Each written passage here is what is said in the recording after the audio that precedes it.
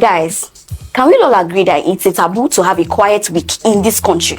Because somehow, in the space of a few days, we got interviews that turned into national debates, meetings that became headlines, and enough online opinions to power the national grid. And the thing is that everybody has something to say. Dearest gentle viewer, my name is Marvelous Agunbiade, and you are watching So This Happened, the show where we break down the stories making the biggest buzz online. And you see this week, a lot happened. Let's unpack, shall we? So, on the 16th of June 2026, Peter Obi, NDC's presidential candidate, former governor, self-described man of the people, walked into Rufai Oseni's black box interview, and what came out of that room, oh lord, it shook the internet. And you see me, I watched it twice. You see, the first time I actually thought maybe I misheard some parts, but it turns out that I did not. Now, before we get into it, understand the context here. Rufai had already said publicly that he would scrutinize Peter Obi and the NDC ahead of 2027. His words, "We will press your neck." Oh, so this wasn't going to be some, soft questions over a cup of coffee. It was meant to be pressure, and both men knew it. To Peter Obi's credit, he showed up. In Nigerian politics, that alone is worth mentioning. The first big conversation was about electricity. Obi came armed with numbers. He referenced visits, examples, outcomes. He said that Indonesia added 70,000 megawatts in 10 years. India added 171,000. Egypt added 28,000 in 6 years. It was detailed though. It was even convincing, sha. Then Rufai asked the obvious question. How would you do it in Nigeria? Guess what Obi said? I'm not going to tell you how. It's not for you to know how. It's for you to look at the man saying this. Okay. Now, politically, there's an argument that candidates don't reveal every operational detail. Fair enough. But here is the tension. You've just walked us through how 4 countries did it, and then your own plan suddenly becomes classified. That's where the room changed. Obi's response became less about policy and more about trust. Well, his message was simple.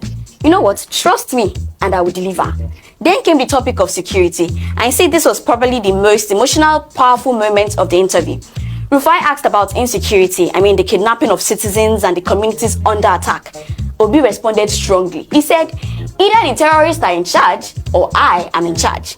Now, he referenced his record in Anambra, said that he would return home from anywhere during a crisis, saying, I am ready to die for Nigeria. I have only one passport, the Nigerian passport. Trust me, that's loyalty right there. But then Rufai followed up with the same question, how?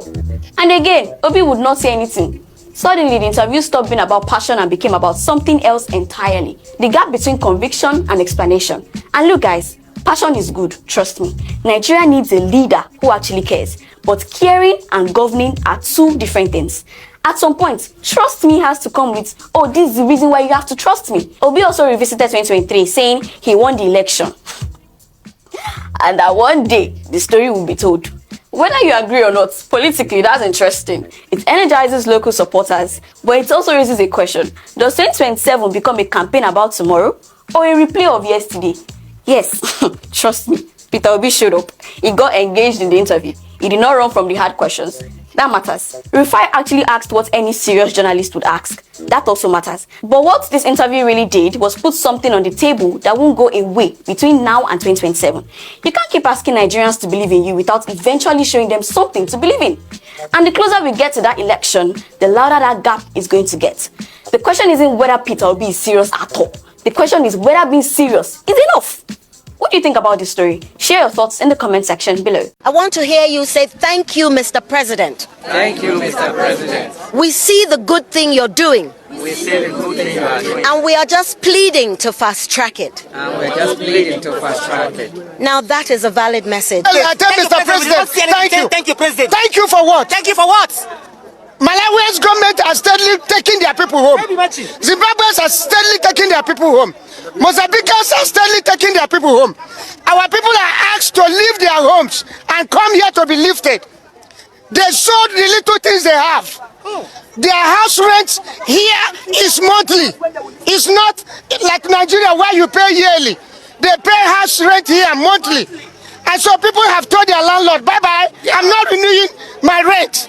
And they have moved, only to be stranded here. And then you are telling us to thank the government of Nigeria. President, I don't understand. Why will we thank Mr. Tinubu? Thank you, President. For what? For what? They ask people to come out. Even if you have not asked Nigerians to come out, we will find our way. Yeah. But you ask us to come out on winter. women and children on winter, and they are here stranded. And the politicians are there in Nigeria, arguing and satisfying themselves. And these people are left here with no hope. And you are telling us to tell Mr. President, thank you. What are we thanking you for? We sent you to go and do the job there. And if you feel that you can't do the job, resign. So that somebody who can do the job will fix Nigeria. A small country like South Africa is holding us ransom because our government does not know what they want.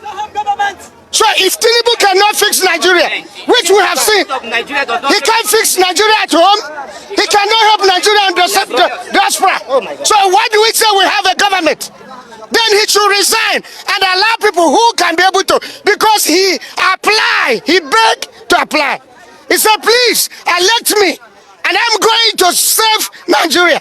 You are elected and you are doing nothing. Nothing. Plane that has been arranged and people have left their home.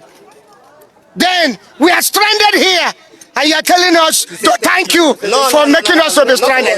Whereas other African countries are already taking their people home. Honourable Minister, you said that people claim that nothing is happening in Nigeria under the administration of President Bola Ahmed Tinubu. If they did not say that, how would they go for election? They have to say that.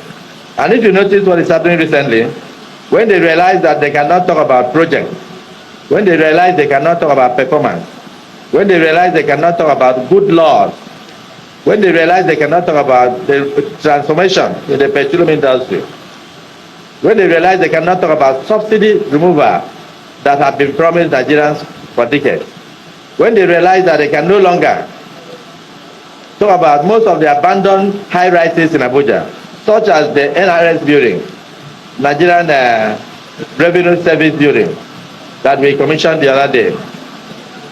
They now started resorting to paying small young people, recruiting them to cause mayhem across the country. So I want you all who are here to be very vigilant. Be careful about people trying to kidnap for ransom. They are kidnapping in order to cause distraction. They are kidnapping in order to give the impression that Nigeria is not safe. But our men and women in uniform have done tremendously well. I'm aware of that.